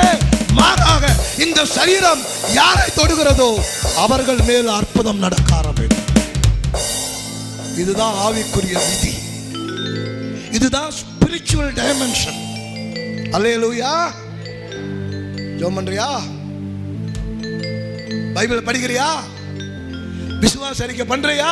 அந்நிய பாஷையில ஜெபிக்கிறியா? தாழ்மையா இருக்கிறியா? தெய்வ வழிகள்ல போறியா? போனா சொல்றேன், போனா உள்ள இருக்கிற அபிஷேகம் வெளி உடம்புல வந்து சாவுக்கு ஏதுவான இந்த சரீரத்துல ஒரு வியாதியும் உள்ள தங்கவில்லை. அவருடைய தழும்புகளாலே சுகமாகிறார். ஆமே ஆமே. இந்த சரீரம், மண்ணான சரீரம் இப்ப தேவனுடைய சரீரமாக என்ன செய்யுது? வேலை செய்ய ஆரம்பிக்குது. ஆமென். இத்தனை பேருக்கு புரிஞ்சிருச்சு? இது செய்தி இல்லை, லைஃப். ஒரு லைஃபை இப்படி மாற்றும் போது தலைவலி கூட உனக்கு வராது. அடிச்சு சொல்றேன், நான் வர முடியாது. அல்லேலூயா. கண்ணலம். அப்ப பைபிள் சொல்லுது, சரீரம் செத்து போனவனாயிருந்தான் அப்படின்னா குழந்தையை பிறப்பிக்க கூடிய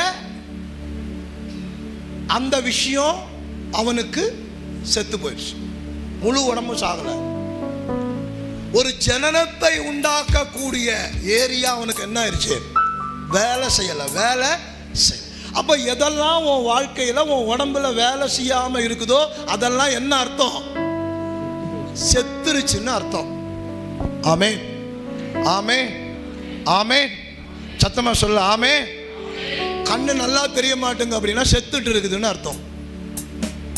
மங்கிட்டு இருக்குது. கால் நல்லா வேலை செய்யல அப்படின்னா அங்க ஏதோ செத்துட்டு இருக்குதுன்னு அர்த்தம். அல்லேலூயா. வயிறு வலிச்சுட்டே இருக்குது, உள்ள ஏதோ செத்துட்டு இருக்குது. எல்லாம் எங்கேயோ ஒரு ஏரியாவில் வேலை செய்ய முடியாம என்ன ஆயிடுச்சு? அது படுத்துருச்சு. அதுக்கு தான் டெத்து. உன் வாழ்க்கையில எதெல்லாம் செயல்படாமல் இருக்கிறதோ அதெல்லாம் என்ன ஆகி கிடக்குது? சொல்லுங்க, செத்துருச்சு.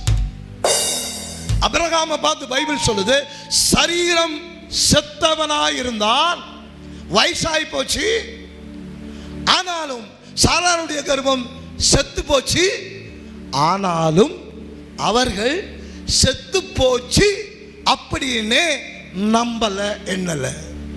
எப்படி ஆக்டிவேஷன் பண்ணுவேன்? உங்க உடம்பையும் உள்ள இருக்க தெய்வத்தையும் மிர்ஜ் பண்ணணும். என்ன பண்ணணும்? மிர்ஜ் பண்ணணும். மிர்ஜ் பண்றதுன்னா என்ன? ஒன்னோட ஒன்னா இப்படி சேர்க்கிறது. எப்படி சேர்ப்பீங்க? எப்படி சேர்ப்பீங்க? இந்த சரீரம் ஆக்டிவேஷன் ஆகணும், தெய்வீகமாக வேலை செய்யணும்னா உள்ள இருக்கிற தெய்வத்தையும் இந்த உடம்பையும் மிர்ஜ் பண்ணணும். இது மிர்ஜ் இப்படி இருந்தா ரெண்டும் இப்படி தான் இருக்கும்.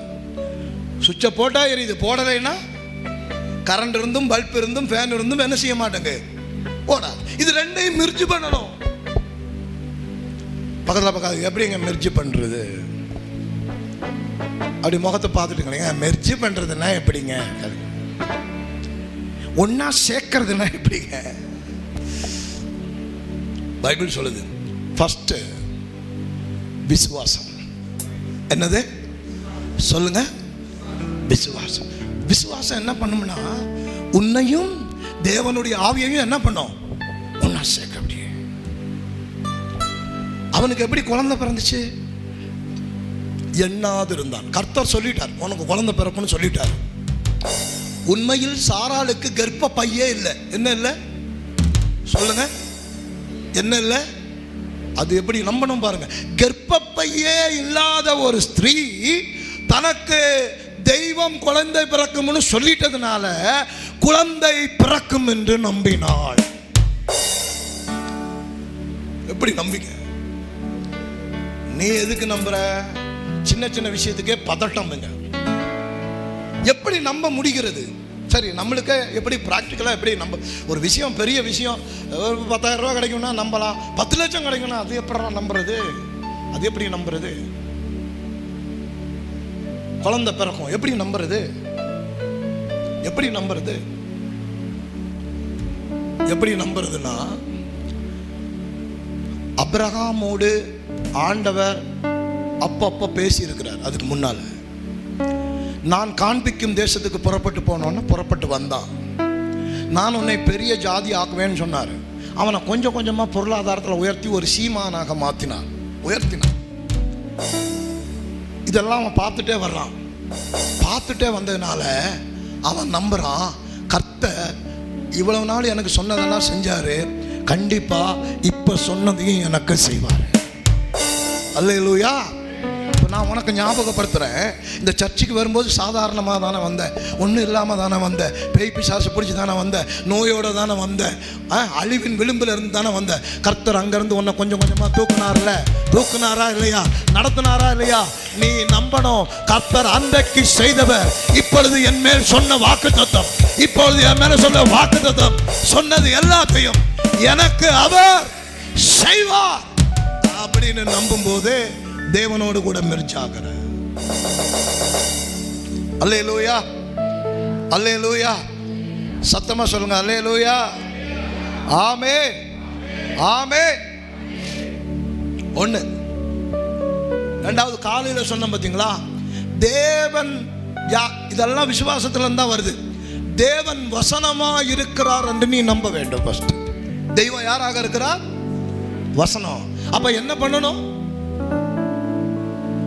உனக்கு என்னென்ன நடக்க வேண்டுமோ, சம்பவிக்க வேண்டுமோ, அதையெல்லாம் நீ வாயில என்ன பண்ணணும்? சொல்லுங்க. இப்படியே நினைனா வேலை செய்யாது ராஜா. டெய்லியும் வசனத்தை வாயை திறந்து என்ன பண்ணணும்? சொல்லணும், தியானிக்கணும், சொல்லணும், தியானிக்கணும். நீ சண்டை போடுறதுல, வாய் பேசுறதுல பெரிய ஆளா இருந்தீங்கன்னா இருந்துக்கோ. ஆவிக்குரிய உலகத்தில் அது வேலை செய்யாது. ஆமே, ஆமே. ஆவிக்குரிய உலகம், ஒரு சின்ன பையன் வசனத்தை 50 தடவை சொன்னான்னா அந்த சின்ன பையன் மேல ஆவிக்குரிய உலகம் நிழலிட்டு அவனை அடுத்த லெவலுக்கு, அடுத்த போக்கஸுக்கு அப்படியே தூக்கிட்டு போயிடும். சின்னவன் பெரியவன் கருப்பு சிகப்பெல்லாம் இல்லை. இங்க எவன் வேலை செய்யறானோ அவன் மேல அந்த ஸ்பிரிட் மிர்ஜாக ஆரம்பிச்சிடும். ஆமே, ஆமே, ஆமே. நீ அதெல்லாம் பண்ணாத. நீ காலையில் எந்திரிச்சோன்னா தடவு, போன தடவு, இங்க தடவு, அங்க தடவு. அக்கா நல்லா இருக்கீங்களா அக்கா? அப்படி போ, வீடு வீடா போ, வீதி வீதியா போ, போன போடு, பேசு, எல்லாம் பண்ணிக்கிட்டே இரு. என்ன மிர்ஜாகும் கூட? டிமோனிக்கல் ரணம் மிர்ஜாகும். பிசாசின் ரணம் மண்டலம் உங்க கொஞ்சம் கொஞ்சமா கனெக்ட் ஆக ஆரம்பிச்சு. நான் சொல்லட்டா, இதுல நிக்கிறதுல 70% பேரோட டிமோனிக்கல் ரணம் தான் கனெக்ட் ஆயிருக்கு. கோவிச்சுக்காத, அதான் உண்மை. உன் கூட பரலோகம் கனெக்ட் ஆகிருந்தா உன் பேச்சு வேற மாதிரி இருக்கும், உன் செயல் வேற மாதிரி இருக்கும், உன்னுடைய வெளிப்பாடுகள் வேற மாதிரி இருக்கும். இல்ல நீ படி இறங்கின உடனே உனக்கு வேற உலகத்துக்குள்ள தானே போற. நீ அந்த உலகத்தோட தான் கனெக்ட் ஆகிருக்கிற. இருக்கிற இங்க நேரம் தான் இப்படி எல்லாம் பண்றது. படி இறங்கின உடனே உன் புத்தி எல்லாம் மாறிடுது. இல்லை, நீ கனெக்ட் ஆகிருக்கிற எல்லாமே வேற, மண்டலமே வேற. கையை வைத்து ஃபர்ஸ்ட் சொல்லு, இயேசுவே என்னை உமது ஆவிக்குரிய மண்டலத்தோடு இணைத்து விடும் ஆண்டவரே. இயேசுவின் நாமத்தினால, இரத்தத்தினால, இயேசுவின் நாமத்தினால, இரத்தத்தினால நான் இணைக்கப்பட்டிருக்கிற எல்லா பிசாசின் மண்டலங்களையும் இப்பொழுது துண்டித்து விடுகிறேன், துண்டித்து விடுகிறேன். என்றென்றுமாய், என்றென்றுமாய் எல்லா தொடர்புகளையும் துண்டிக்கிறேன். அடுத்து, இந்த உள்ள இருக்கிற உலகத்தோடு, ஆவிக்குரிய உலகமும் மேல பார்த்து வானத்துல இருக்குன்னு நினைக்காத. ஆவிக்குரிய உலகமும் உனக்குள்ளதான் இருக்குது. எதுவுமே மேல இல்லை இப்போதைக்கு, அப்படி வச்சுக்க மனசுல. ஆமே. எப்ப தெய்வம் உனக்குள்ள வந்தாரோ எல்லாமே யாருக்குள்ளதான் இருக்குது? உனக்குள்ள. இப்போ உள்ள பிரேயர் சொல்லுங்க. ஃபெய்த், விசுவாசம், வசனம், மூணாவது பிரேயர். மூணாவது பிரேயர். மிர்ஜாகிறதுக்கு சொல்றேன். உள்ளே இருக்கிற தெய்வ சக்தி சரீரத்தில் வெளிப்படணும். மிர்ஜாகிறது. அப்படி வெளிப்பட்டா நீயும் சூப்பர் நேச்சுரல் தான். அல்லேலூயா, ஆமே. பக்கத்தில் பார்த்துக்கோங்க, அப்படி ஏதாவது இருக்குதான்னு கேளுங்க. அந்த மாதிரி ஏதாவது ஒரு லைஃப் ஸ்டைல் உள்ள இருக்கிறது வெளிப்படுற மாதிரி ஏதாவது சின்ன சின்ன. மூணாவது பிரேயர். பிரேயர் எப்ப ஆரம்பிச்சிச்சு பைபிள்ல? ஃபர்ஸ்ட் பிரேயர் எங்க ஆரம்பிச்சிச்சு பைபிள்ல? சொல்லுங்க. ஃபர்ஸ்ட் பிரேயர் எங்க தொடங்கிச்சு பைபிள்ல?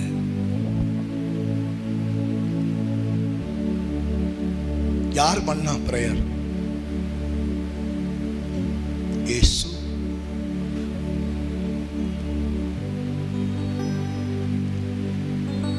இந்த வானம் உருவாகுவதற்கு முன்பு, இந்த பூமி உருவாகுவதற்கு முன்பு, மனுஷன் உருவாகுவதற்கு முன்பு ஜெபம் இருந்து கொண்டே இருந்தது. புரியுதா? புரியுதா? யோபின் புஸ்தகத்தில் சொல்லுது, பூமியை உருவாக்கும் பொழுது தேவ புத்திரர்கள் எல்லாம் ஆர்ப்பரித்து சந்தோஷப்பட்டார்கள். அப்ப பூமியை உருவாக்குவதற்கு முன்பாகவே என்ன இருக்குது? என்ன இருக்கு சொல்லுங்க. மனுஷன் உருவாகுவதற்கு முன்பாகவே என்ன இருக்கு? பிரேயர் இருக்குது. இந்த ஜெபத்தை நீ எப்படி எடுத்துக்கிற உன் வாழ்க்கையில? தூங்க போகும்போது சொல்ற ஸ்லோகம் உனக்கு. இந்துக்கள் ஸ்லோகம் சொல்லி தூங்குவாங்க. உனக்கு தூங்குறதுக்கு முன்னாடி கர்த்தாவே காப்பாத்தும் படுத்துக்கொள்மா. ஜெபம் ஸ்லோகம் அல்ல, ஜெபமும் தெய்வம் தான். ஆமே ஆமே. நீ ஜெபிக்கலைன்னா தெய்வம் உங்ககிட்ட இல்லைன்னு தான் அர்த்தம். தெய்வம் ஆஃப் ஆகி இருக்கிறார். இல்லை, ஜெபம் உங்ககிட்ட இல்லைன்னா உங்ககிட்ட தெய்வம் இல்லை. என்ன? உங்ககிட்ட தெய்வம் இருந்தா உலகத்தில் இருக்கிற மனுஷனுக்கும் உனக்கும் ஒரு வித்தியாசம் தெரியும். கண்டிப்பா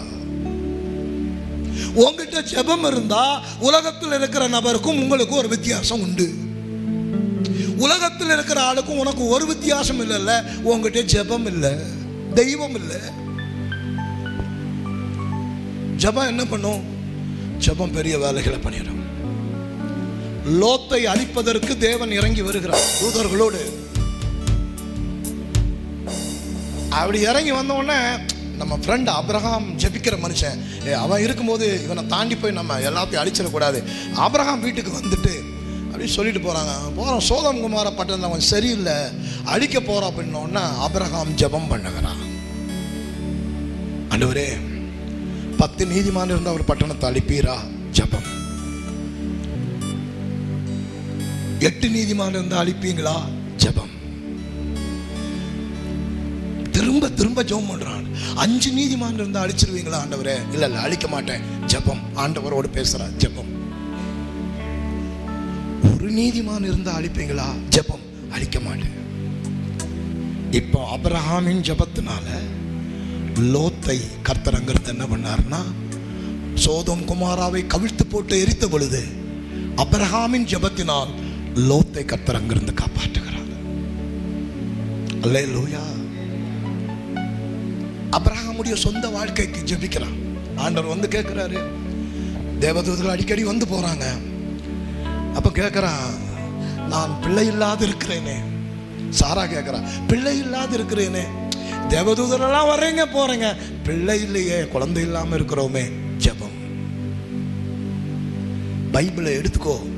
எங்கெல்லாம் ஜெபித்தார்களோ அங்கெல்லாம் கர்த்தர் அற்புதங்களை செய்திருக்கிறார்.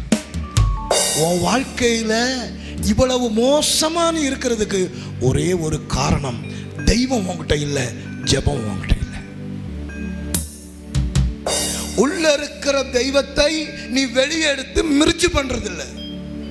சில பேர் ஜெபிக்கிறார்கள், ஆனாலும் நடக்க மாட்டேங்குது. அங்க இன்னொரு பிரச்சனை இருக்குது. உன்னுடைய ஜெபம் தேவனுடைய பார்வையில் பார்க்கிற மாதிரி ஜெபம் இல்லை. ஏன்? ஒருவன் ஜெபிக்கும் பொழுது அவன் புத்தியை மாத்தாம, குணத்தை மாத்தாம, அவன் எரிச்சலோடு பொறாமையோடு தாழ்மை இல்லாமல் இரவெல்லாம் ஜெபித்தாலும் அவன் ஜெபத்தை கர்த்தர் வாங்கி கொள்ளுவது இல்லை. ஜெபிக்கிறவங்களுக்கு நடக்கிற இது ஒரு பிரச்சனை. ஜெபம் பண்றோம், நைட்டெல்லாம் ஜெபம் பண்றோம், பகலெல்லாம் ஜெபம் பண்றோம், தாழ்மை இல்லையப்பா. நைட்டெல்லாம் ஜெபம் பண்றோம், பகலெல்லாம் ஜெபம் பண்றோம், சொப்பனம் பார்க்கிறோம், தரிசனம் பார்க்கிறோம், உங்களோட தாழ்மை இல்லையே, கீழ்ப்படிதல் இல்லையே. இந்த ஜெபம் ரிஜெக்ட் ஆயிடுது. கையை வச்சு சொல்லுங்க, ஆண்டவரோடு மிர்ச்சாகணும், ஆண்டவரோடு மிர்ச்சாகணும். இந்த சரீரத்தில் ஐம்புலன்களில் செய்யப்படுகிறதெல்லாம் ஆவிக்குரிய உலகத்தோடு உன்னை மெர்ஜாக்குகிறது. அல்லேலூயா. எதுல பார்க்குறீங்க? எதுல பார்க்குறீங்க? எதுல கேட்குறீங்க? எதுல பேசுறீங்க? இது உங்களை எதோடு தொடர்பு படுத்துகிறது? உள்ளே இருக்கிற தெய்வத்தோடு உங்களை என்ன பண்ணுது? கனெக்ட் ஆகுது. இங்க கிறிஸ்தவம் எப்படி இருக்கு? சர்ச்சுக்கு வரணும், பாஸ்டர் மண்டையில் கையை வைக்கணும், பேய துரத்தணும், நோயை சுகமாக்கணும், நீ வீட்டில் போய் இப்படி படுத்தணும். உன்னுடைய அமைப்பு அப்படி இல்லை. உன்னோட அமைப்பு அப்படி இல்லை. உன்னை நீயாகவே சுகமாக்கிக்க முடியும். உன்னுடைய பொருளாதாரத்தை நீயே கட்டிக்கொள்ள முடியும். உன் சரீரத்தை நீயே பலப்படுத்திக் கொள்ள முடியும். உன் சகோதரனுடைய பிரச்சனையை நீ தீர்க்க முடியும். எப்போ? உன்னுடைய சரீரமும் உள்ள இருக்கிற தெய்வமும் ஆவியானவரும் என்ன ஆகணும்? மெர்ஜாகணும். இது மெர்ஜாகும் போது இந்த சரீரத்திலிருந்து வல்லமை புறப்பட்டு வரும். ஒரு அல்லேலூயா. எத்தனை பேருக்கு புரிஞ்சிருச்சு? சொல்லுங்க, எத்தனை பேருக்கு புரிஞ்சுது? புரிஞ்சுதா இல்லை அப்படியே செய்தி கேட்டுட்டு இருக்கிறீங்களா? ஒரே ஒரு வசனம் முடிக்கிறேன். 2 ராஜாக்கள் 13ஆம் அதிகாரம் 21ஆம் வசனம். 2 ராஜாக்கள் 13:21. அப்பொழுது அவர்கள் ஒரு மனுஷனை அடக்கம் பண்ண போகையில் அந்த தண்டை கண்டு அந்த மனுஷனை எலியாவின் கல்லறையில் போட்டார்கள். அந்த மனுஷன் பிரேதம் அதிலே விழுந்து எலிசாவின் எலும்புகள் மேல் பட்டபோது அந்த மனுஷன் உயிரடைந்து தன் கால்களை ஊன்றி எழுந்திருந்தான். அல்லேலூயா, அல்லேலூயா. கையை வச்சு சொல்லுங்க, அல்லேலூயா. கவனமா 2 நிமிஷம் மட்டும் இதை கவனமா கேளுங்க. எலிசா செத்து போய் ஒரு கல்லறையில் அடக்கம் பண்ணிட்டாங்க. வருஷங்கள் ஆயிடுச்சு. ஒரு நாள் இஸ்ரவேலர்கள் இன்னொருத்தர் செத்து போயிட்டாங்க, அடக்கம் பண்றதுக்கு அந்த வழியா பாடியை தூக்கிட்டு போறாங்க. இப்படி தூரத்துல பார்க்கும்போது மோவாபியர்கள், எதிரி நாடு, இஸ்ரவேல் தேசத்தை படையெடுக்கும்படி தூரத்துல வந்துட்டு இருக்காங்க. பார்த்துட்டானுங்க. அவன் பார்த்தான், இவனை அடக்கம் பண்ணி கல்லெல்லாம் வச்சு மூடிட்டு போறதுக்கு நாம நின்னோம்னா மோவாபியர்கள் வந்து நம்மளை என்ன பண்ணிடுவானுங்க, உள்ள வச்சு நம்மளை அடக்கம் பண்ணிடுவானுங்க அப்படின்னு முடிவு பண்ணி அவன் வச்சிருந்த தோல்ல வச்சிருந்த டெட் பாடியை தூக்கி ஒரு கல்லறை திறந்து கிடக்கு. அது ரொம்ப வருஷம் ஆகி போச்சு செத்து. அந்த உடம்பெல்லாம் அழுகி மண்ணோடு மண்ணா போயிருச்சு. உள்ள எலும்பு மட்டும் காஞ்சு உள்ள கிடக்குது. எலிசாவோட எலும்பு. அது யாரோட எலும்புன்னு அவங்களுக்கு தெரியல. ஆனால் பைபிள் சொல்லுது எலிசாவோட கல்லறை, அவனை வைத்திருந்த இடம். இவன் உயிர் தப்ப ஓட போகும்போது செத்த பணத்துக்கு என்னடா நம்மளே சாக போறோம், இவனை சுமந்துட்டு தூக்குடா வீசுடான்னு சொல்லி ஒரு வீசினான் பாரு. போய் விழுந்த இடம் எலியாவின் செத்து போன எலும்புகள் மேல. அடுத்த செகண்ட் அங்க ஒரு சம்பவம் நடக்கிறது. அதான் சொன்னேன், உள்ள இருக்கிற தெய்வம் சரீரத்தோடு என்ன ஆகணும்? மெர்ஜ் ஆகணும். எலிசா வாழ்ந்து கொண்டிருந்த எலிசா வாழ்ந்து கொண்டிருந்த காலத்துல எலிசாவுக்குள் இருந்த ஆவியானவர் அவனுடைய சரீரத்தோடு மெர்ஜானதுனால எலிசா எக்கச்சக்கமான அற்புதங்களை செய்திருக்கிறான். செத்து போனவனை உயிரோடு எழுப்பி இருக்கிறான், தண்ணீரை மாத்தி இருக்கிறான், நல்ல தண்ணியா கோடாலிய மேல கொண்டு வந்திருக்கிறான், தண்ணியை அடிச்ச உடனே 2ஆ பழக்குது. இப்படி பல அற்புதங்கள் எலிசாவின் சரீரத்தின் வழியாக செய்யப்பட்டிருக்கிறது பைபிள்ல. இந்த அபிஷேகம் யாருக்குள்ளதான் கிடக்குது? இந்த சரீரத்துல ஆவியிலிருந்து வந்த அபிஷேகம் யாருக்குள்ளதான் கிடக்குது? செத்து போன உடம்புக்குள்ள கூட இந்த அபிஷேகம் மண்ணை விட்டு போகல. ஆமே ஆமே. நான் சொல்றேன், ஆவியில் இருக்கிற தெய்வ சக்தியை, வல்லமையை உறிஞ்சி எடுக்கிறது உன்னுடைய சரீரம். இந்த சரீரத்தை வைத்து அபிஷேகத்தில் நிரப்பப்பட்ட இந்த சரீரம் ஒரு ஆளை தொடும் பொழுது, ஒரு ஆளுக்கு வார்த்தை சொல்லும் பொழுது இந்த அபிஷேகம் வெளிப்பட்டு அவனை உயிருடையவனாக மாற்றுகிறது. எலும்பு தூக்கி வீசிட்டானுங்க, பாடியை தூக்கி வீசிட்டான். பாடி எலும்பு மேல படுகிறது.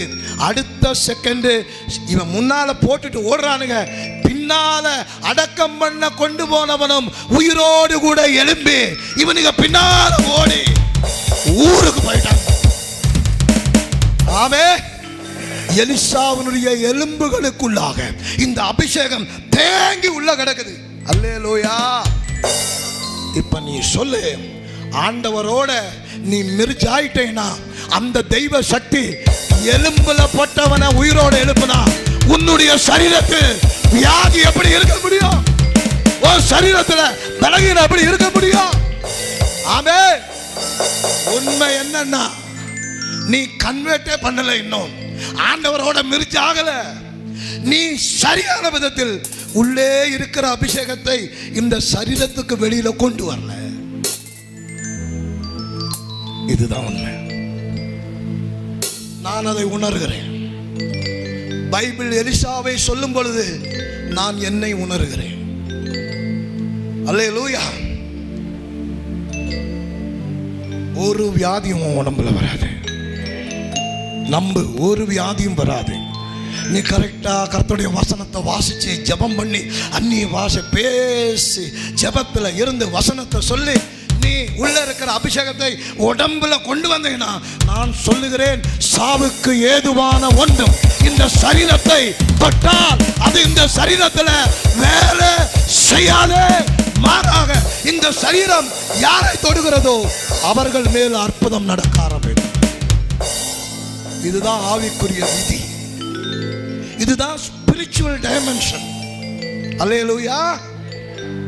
ஜெபம் பண்றியா? பைபிள் படிக்கிறியா? விசுவாச அறிக்கை பண்றியா? அந்நிய பாஷையில ஜெபிக்கிறியா? தாழ்மையா இருக்கிறியா? தெய்வ வழிகள்ல போறியா? போனா சொல்றேன், போனா உள்ள இருக்கிற அபிஷேகம் வெளி உடம்புல வந்து சாவுக்கு ஏதுவான இந்த சரீரத்துல ஒரு வியாதியும் உள்ள தங்கவில்லை. அவருடைய தழும்புகளாலே சுகமாகிறோம். ஆமென், ஆமென். இந்த சரீரம் மண்ணான சரீரம் இப்ப தேவனுடைய சரீரமாக என்ன செய்யுது?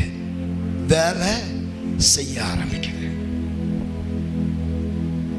ஆமென். இத்தனை பேருக்கு புரிஞ்சிருச்சு? இது செய்தி இல்லை, லைஃப். ஒரு லைஃபை இப்படி மாற்றும் போது தலைவலி கூட உனக்கு வராது. அடிச்சு சொல்றேன், நான் வர முடியாது. அல்லேலூயா. கண்ணால